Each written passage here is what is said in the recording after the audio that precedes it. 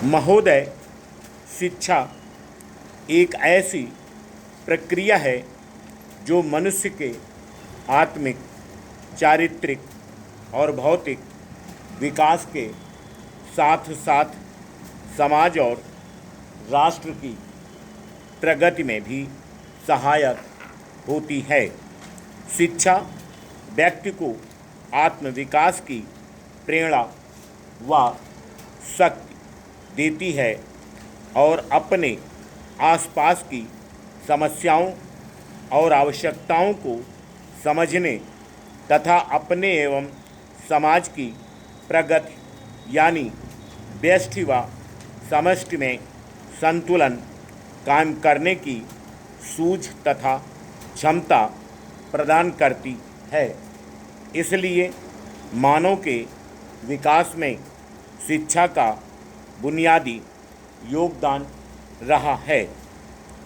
भारत प्राचीन काल में भले ही ज्ञान एवं शिक्षा का प्रमुख केंद्र रहा हो, किंतु मध्यकाल में कई कारणों से यह जीवन के अन्य क्षेत्रों की भांति शिक्षा के क्षेत्र में भी बहुत पिछड़ गया। पराभव के उस कालखंड में शिक्षा जहाँ एक ओर काफ़ी हद तक उपेक्षित हो गई, वहीं समाज के अधिकांश वर्गों तथा महिलाओं को शिक्षा प्राप्ति से वंचित कर दिया गया। इसके फलस्वरूप ज्ञान, संस्कृति और सभ्यता की प्रगति अवरुद्ध हो गई तथा हमारा समाज समग्र मानव कल्याण के अपने परंपरागत उद्देश्य से भटक गया।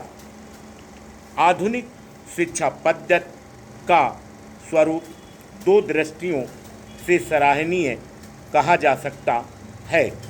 इसकी एक विशेषता यह है कि यह लोकतांत्रिक है, अर्थात इसमें सभी वर्गों के विद्यार्थियों को एक जैसी शिक्षण संस्थाओं में एक समान शिक्षा दी जाती है। और दूसरी विशेषता यह है कि इसमें महिला शिक्षा पर विशेष बल दिया गया है। यद्यपि सामाजिक मान्यताओं और धार्मिक अंधविश्वासों के कारण आधुनिक शिक्षा शुरू होने के कुछ समय बाद तक लड़कियों की शिक्षा का विभिन्न स्तरों पर विरोध हुआ, किंतु धीरे धीरे विशेषकर स्वतंत्रता के पश्चात यह विरोध कमज़ोर पड़ता गया और अधिक से अधिक लोग लड़कियों को शिक्षित करने की आवश्यकता को समझने लगे।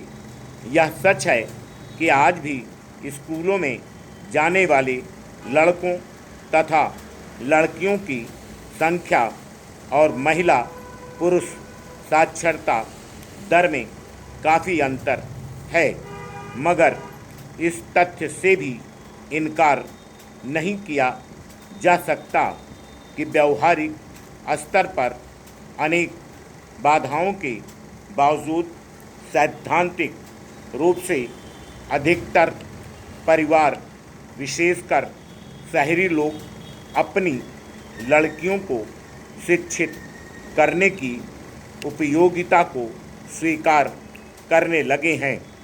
जिस समाज में 50-60 वर्ष पहले तक स्त्री शिक्षा निषिद्ध थी, उस समाज में लड़कियों को साक्षर बनाने के विचार को सामाजिक स्वीकृत मिल जाना अपने आप में एक उपलब्धि है। हमारे देश के नीति निर्धारकों ने राष्ट्रीय विकास का जो रुख अपनाया, उसके अधिकतर पहलुओं की नींव पड़ चुकी थी। Full stop. नेक्स्ट। इसके पीछे ये बोला है। यस रेडी महोदय, बाल विवाह रोक अधिनियम तथा भारतीय विरासत अधिनियम की भी समीक्षा होनी है। उपयुक्त सभी कानूनों अधिनियमों की समीक्षा निश्चित रूप से भारतीय महिलाओं को समाज में सशक्त एवं पुरुषों के साथ बराबरी एवं गौरवपूर्ण स्थान दिलाने में सफल होगी। सरकार शीघ्र ही कठिन परिस्थितियों में रहने वाली महिलाओं की सहायता के लिए एक योजना प्रारंभ करने वाली है, जिसका नाम स्वाधार होगा। इसमें विधवा बेसहारा महिला वादियों एवं निर्वासित महिलाओं की सहायता का प्रावधान है।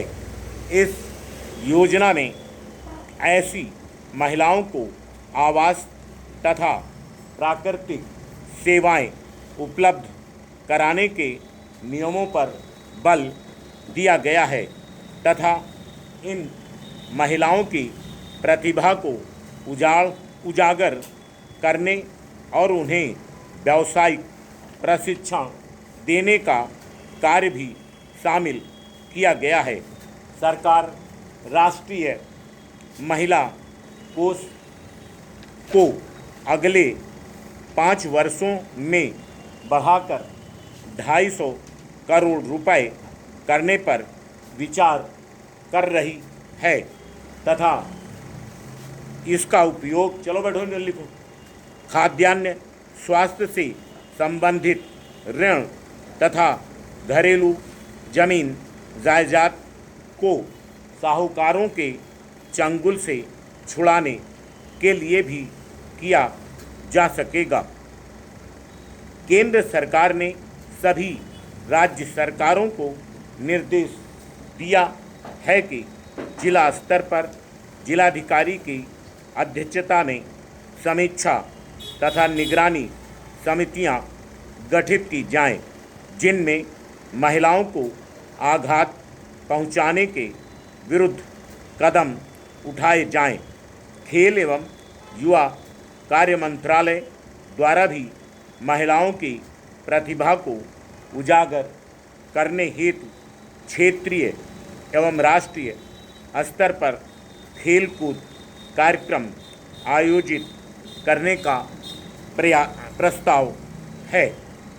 महिला सशक्तिकरण वर्ष 2001 में अक्टूबर में महिलाओं की खेल प्रतियोगिता सहित विभिन्न अन्य कार्यकलापों की योजना बनाई गई।